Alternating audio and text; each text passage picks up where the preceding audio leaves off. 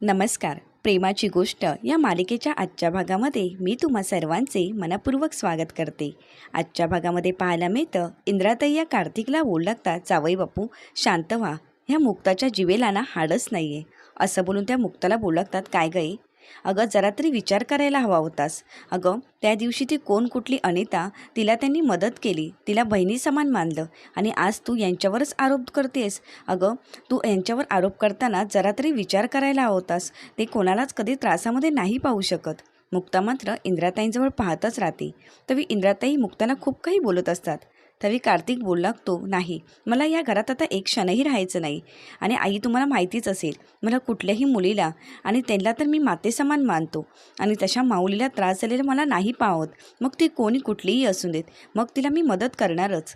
तर स्वतःही कार्तिकची बाजू घेऊ लागते. तवी इंद्राताई बोलू लागतात, पण जावई बापू, तुम्ही हे घर सोडून कुठेही जायचं नाही. तवी कार्तिक बोलू लागतो, नाही, मला जावंच लागेल. जर मी इथे थांबलो आणि हे सगळं सागरला समजलं तर सागरला काय वाटेल की मीच चुकीचं आहे, की ती नीच माणूस आहे ना मी. त्यापेक्षा नाही, मीच इथून निघून जातो. कार्तिक सगळं नाटक करत असतो आणि इंद्राताईंना मात्र त्याच्यावर विश्वास असतो. मुक्ता मात्र खूप चिडलेली असते. तवी कार्तिक हा नाटक करत बोलू लागतो, मी जातो इथून. तवी इंद्राताई बोलतात, नाही. तवी त्या मुक्ताला बोलतात, मुक्ता एक लक्षात ठेव, यातला एकही शब्द सागरला कळता कामा नये. आणि जर तू सागरला सांगून हे घर फोडण्याचा प्रयत्न केलास ना, तर याद राख, या अगोदरही तू लकीच्या मागे धावलीस आणि आता कार्तिकरावांना नाही, मी तुला सोडणार नाही. आणि कार्तिक ह्या सगळ्याची मजा घेत असतो. तरी इंद्राताई या स्वातीला बोलू लागतात, स्वाती, एक लक्षात ठेव, ह्या मुलीच्या नादाला लागून आपलं काही होणार नाही. तू जावई बापूंना आज घेऊन जा बरं. तरी स्वातीही कार्तिकला आत घेऊन जात असते. तर कार्तिक हा मुक्ताजवळ रागाने पाहू लागतो. तर कार्तिक आणि स्वातीसोबत इंद्राताईही निघून गेलेले असतात. मुक्ता मात्र खूप टेन्शनमध्ये आलेली असते. तिला काय करावं हेच सुचत नाही.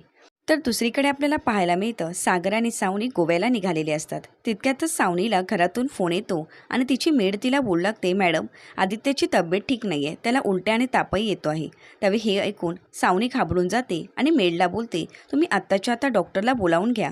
असं बोलून ती सागरला बोलू लागते, आदित्यची तब्येत ठीक नाही आहे, त्याला तापही आलाय आणि उलट्याही होत आहेत, काय करायचं. तरी सागर बोलू लागतो, तुला जर मीटिंगला जायचं असेल तर तू जाऊ शकतेस, पण मी मीटिंग कॅन्सल करतो आहे. असं बोलून सागर आज सावनीच्या घरी जायला निघत असतो. तर सागरसोबत सावनी आलेली असते. तर दुसरीकडे पाहायला मिळतं, मुक्ता विचार करू लागते की काय करू, मी एवढं सगळं करूनही हा माणूस सिद्ध व्हायला तयारच नाही. मला काहीतरी असं करावं लागेल, मला कोणाशी तरी बोलावंच लागेल. तवी ती सागरला फोन करू लागते. मात्र सागरचा फोन स्विच ऑफ येत असतो. तवी मुक्ता बोलू लागते, सागरचा फोनही बंद येतोय, मी कोणाशी बोलू. आईबाबांशी बोलले असते तर आईबाबाही नाही आहेत, त्यांना फोन करेन तर त्यांच्या फोनलाही नेटवर्क नाही. मग मी आता काय करू, पण मला काहीतरी करावंच लागेल असा विचार करून ती क्लिनिकला जायला निघते. तर दुसरीकडे पाहायला मिळतं, सागर आणि सावनी घरी आलेली असतात. तरी सागर आदित्यची काळजी घेत असतो. तर सावनी विचारते, काय झालं आहे नक्की. त्यावेळी तिची मेड बोलू लागते, डॉक्टर येऊन गेलेत, त्यांनी या गोळ्या दिल्या आहेत आणि थोड्या वेळानंतर सूप द्यायला सांगितलं. तरी सागर आणि सावनी आदित्यची काळजी घेत असतात. तरी आदित्य बोलू लागतो, पप्पा, तुम्ही मला सोडून कुठेच जायचं नाही. तरी सागर बोलू लागतो, नाही बाळा, तुला सोडून मी कुठेही जाणार नाही. तरी सागर बोलू लागतो, बाळा, आता तुला औषधं घ्यावी लागतील, उठ बघू. तरी आदित्य सागरचा हात हातात घेतो आणि सावनीचाही हातात घेतो आणि बोलू लागतो, तुम्ही दोघांनी मला सोडून कुठेच जायचं नाही. तरी आदित्य सागरला बोलू लागतो, नाही, मला औषधं नको आहेत. जर मला बरं वाटलं तर तुम्ही घरी निघून जाल, त्यापेक्षा मला औषधच नको. मी जर आजारी असलो तरच तुम्ही माझ्या बाजूला असाल. तरी सागर बोलू लागतो, नाही बाळा, असं काही नाही आहे, तू औषधं घे बघू. आणि मी जरी आता घरी निघून गेलो तरी मी तुला प्रॉमिस करतो की मी तुला बघायला नक्की येणार आणि तुला भेटायला येणार. तरी आदित्य बोलू लागतो, नक्की ना. तरी सागर त्याला प्रॉमिस करून बोलू लागतो, हो बाळा, मी तुझ्यासाठी नक्की येईन.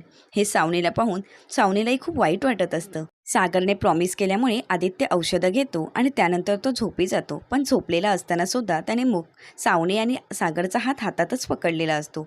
तरी सागरला आदित्यची खूप काळजी वाटत असते.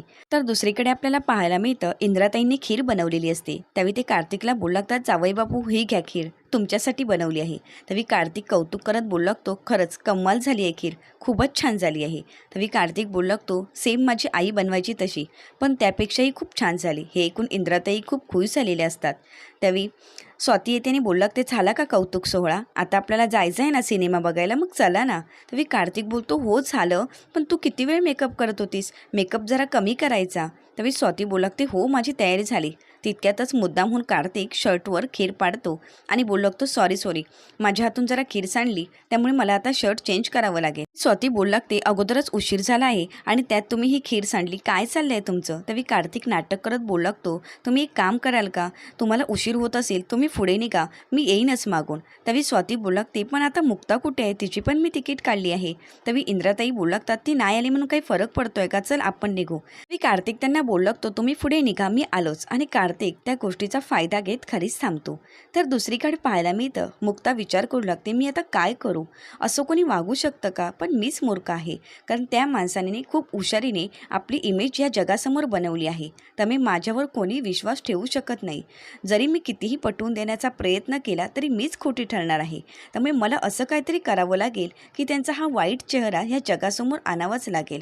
दुसरीकडे आपल्याला पाहायला मिळतं, सावनी ही सागरला बोलू लागते, बरं झालं ना फ्लाईट मोड व्हायच्या अगोदरच आपल्याला फोन आला, नाहीतर आपली खूप धावपळ झाली असती. आणि तसंही सागर, मी आदित्यला घेऊनच येणार होते, पण काय करणार ना, आदित्यचे क्लास असतात. पण थँक्यू तू आल्याबद्दल. तरी सागर बोलू लागतो, थँक्स बोलायची काहीच गरज नाही, कारण मी तुझ्यासाठी इथे आलोच नाही आहे, मी माझ्या मुलासाठी आलो आहे. कारण अजूनही मीच त्यांचा बाप आहे आणि मीच त्याचा बाप राहणार आहे, कोणीही किती प्रयत्न केला तरी. सावनी आणि सागरचं बोलणं चालू असताना तितक्यातच तिथे हर्षवर्धन येतो आणि हर्षवर्धन त्या दोघांना बोलताना पाहतो आणि त्या दोघांना पुढे येऊन काही बोलणारच. तितक्यातच सागर बोलू लागतो, तुम्हा दोघांचं चालू दे, मी आहेच माझ्या मुलाजवळ. असं बोलून सागर आदित्यजवळ निघून जातो. तरी हर्ष त्यांना विचारू लागतो, काय मग सावनी, तुम्ही गोव्याला जाणार होता ना, मग इथे काय करताय? मज्जा करताय का? तरी सावनी बोलू लागते, काय बोलतोयस हर्ष?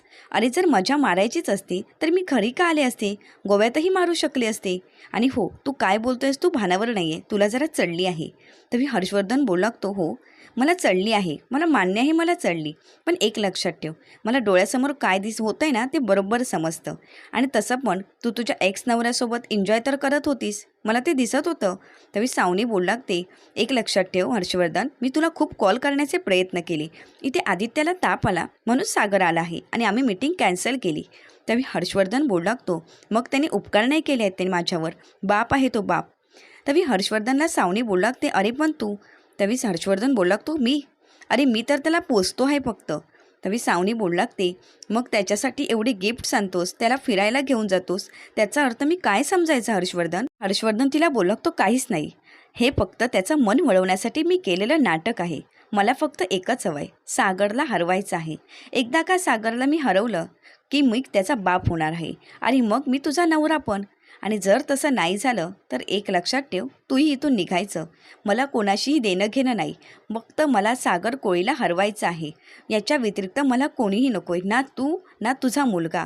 हे ऐकून सावनीच्या पायाखालची जमीनच सरकते. तरी हर्षवर्धन बोलतो, जर सागर हरला नाही तर तुझी बॅग भरायची आणि तूही इथून निघायचं. हे ऐकून सावनीला खूप वाईट वाटत असतं. तर दुसरीकडे पाहायला मिळतं, सागरा आदित्यची काळजी घेत असतो. तरी आदित्य बोलू लागतो, थँक्स पप्पा तू इथे आलास. तरी सागर बोलू लागतो, बाळा अरे तुला बरं नाही आणि मी आल्याशिवाय राहणार आहे का? त्यावेळी तो बोलू लागतो, पण तुम्ही पप्पा माझ्यासाठी थांबलात ना. त्यावेळी सागर बोलू लागतो, बाळा तू जरी नाहीच बोलला असतास ना तरी मी थांबलोच असतो, कारण मला तुझी काळजी आहे. काही झालं तरी तू माझा मुलगा आहेस राजा, आणि मी तुला असं आजारी असताना सोडून नाही जाऊ शकत. हे सगळं पाहून सावनीला खूप वाईट वाटत असतं. सावनी सगळं बाहेर उभी राहून ऐकत असते. त्यावेळी सागर त्याला बोलू लागतो, बाळा आता एक काम करशील का, तू हे सगळं संपवशील, आता मला खूप उशीर होतो आहे आणि तुला बरंही वाटतं आहे ना, मी आता घरी जातो, पण तुला बघण्यासाठी मी उद्या नक्की येणार. त्यावेळी सागर सावनीला येतो असं बोलतो आणि निघून जातो. तर सावनीही आदित्यजवळ पाहतच बसते. तर दुसरीकडे पाहायला मिळतं, मुक्ता विचार करू लागते की या कार्तिकचं काय करायचं. तितक्यातच आरती येते आणि बोलू लागते, मॅम मला हा जॉब सोडायचा आहे, त्याचंच माझं हे लेटर आहे. तेव्हा मुक्ताला आश्चर्य वाटतं आणि मुक्ता बोलू लागते, काय बोलतेस तू आरती, अगं तुला तर जॉबची गरज होती ना, आणि म्हणूनच तुला मी जॉब दिला होता, आणि तू अचानक हा जॉब का सोडतेस? त्यावेळी आरती बोलू लागते, काही नाही मॅम, मला चांगला दुसरा जॉब मिळाला ना, म्हणूनच मला हा जॉब सोडायचा आहे. तरी मुक्ता बोलू लागते, हेच तू माझ्या डोळ्यात डोळे घालून बोल बघू. मात्र आरती काही बोलायला तयार नसते. तरी मुक्ता बोलू लागते, काय झालं आरती, सांग ना, तो मुलगा तुला परत त्रास देतोय का? अगं काय झालंय सांग, आणि जर वेगळं कारण असेल तर ठीक आहे, तू जॉब सोड, मी तुला काहीच बोलणार नाही, पण तू प्रत्येक वेळी अशा नोकऱ्या किती सोडणार आहेस? आणि एक लक्षात ठेव, मी तुझ्यासोबत कायम आहे, तू असं काही मूर्खपणा करू नकोस, चल कामाला लाग बघू. त्यावेळी ती बोलते, नाही मॅम मला नाही करायचा आहे जॉब. तरी मुक्ता बोलू लागते, पण काय झालं आहे? तरी आरती बोलते, मॅम मला त्या माणसाची खूप भीती वाटते आणि तुम्हीही सांभाळून राहा. हे ऐकताच मुक्ता बोलू लागते, मी त्या माणसाला ओळखते का, की तो माणूस मला ओळखतोय? नक्की काय आहे आरती, सांग ना मला. पण आरती काहीच सांगायला तयार नसते. ते मुक्ता बोलू लागते, आरती नाही, आज काही झालं तरी त्या मुलाचं नाव मला तुला सांगावंच लागेल, प्लीज सांग आरती.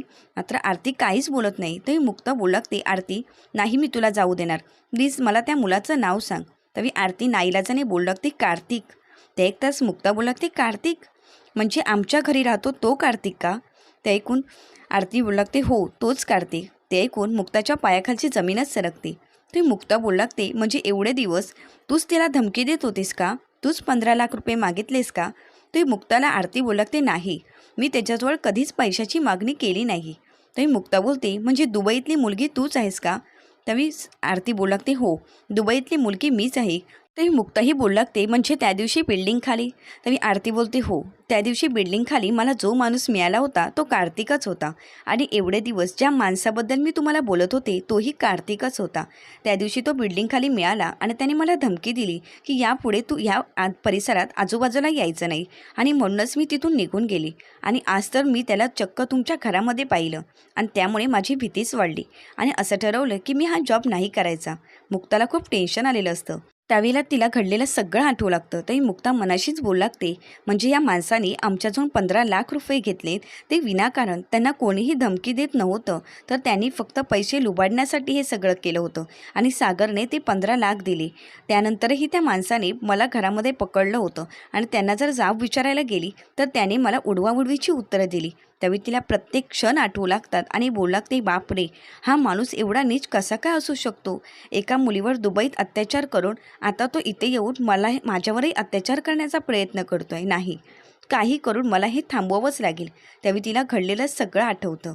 ते मुक्ता बोलू लागते, आता कार्तिक तू कितीही काही करायचा प्रयत्न कर, पण नाही, मी या जगासमोर तुझा मुखवटा आणून राहणारच. तरी आरती बोलू लागते, त्या माणसाने मला आणि माझ्या आईला संपवायची धमकीही दिली. हे ऐकून मुक्ता बोलू लागते, नाही, आता मी कार्तिक नाही सहन करू शकत. तुझा हा खोटा मुखवटा मी या जगासमोर आणणारच आणि हा चेहरा फाडल्याशिवाय मी राहणार नाही. मुक्ताला कार्तिकचं खरं रूप समजलेलं असतं. तर पुढील भागात पाहायला मिळतं, मुक्ता क्लिनिकवरून आलेली असते तरी घरामध्ये अंधार असतो. तितक्यातच कार्तिक तिला पकडतो. तरी मुक्ता लाईट ऑन करते आणि पाहते तर कार्तिक असतो. तरी मुक्ता स्वतःला सोडवण्याचा प्रयत्न करत असते. तरी कार्तिक मात्र तिच्याजवळ जबरदस्ती करण्याचा प्रयत्न करतो. तरी मुक्ता बोलू लागते, मला वाटलंच होतं तूच असणार आणि एक लक्षात ठेव, आता तुझा मुखवटा मी जगासमोर आणणारच. असं बोलून मुक्ता मोबाईल घेते आणि सागरला फोन करण्याचा प्रयत्न करणार. इतक्यातच कार्तिक तिच्या हातून मोबाईल घेतो आणि फेकून देतो. पुन्हा एकदा तिच्याशी जवळीक साधण्याचा प्रयत्न करतो. ती मुक्ता ही कार्तिकच्या कानाखाली मारते आणि बोलते, नाही, माझ्या जवळ येण्याचा प्रयत्नही करू नको. मात्र कार्तिका मुक्ताच्या जवळ जाण्याचा प्रयत्न करू लागतो. मुक्ता मोठमोठ्याने ओरडून बोलू लागते, प्लीज मला वाचवा वाचवा. तितक्यातच सागर घरी येतो आणि सागरला घडलेला प्रकार पाहून खूप धक्काच बसतो. तर पुढे काय होणार हे पाहण्यासाठी चॅनलला नक्की सबस्क्राईब करा आणि हो, व्हिडिओ आवडल्यास व्हिडिओला लाईक करायला विसरू नका. व्हिडिओ पाहिल्याबद्दल मनपूर्वक धन्यवाद.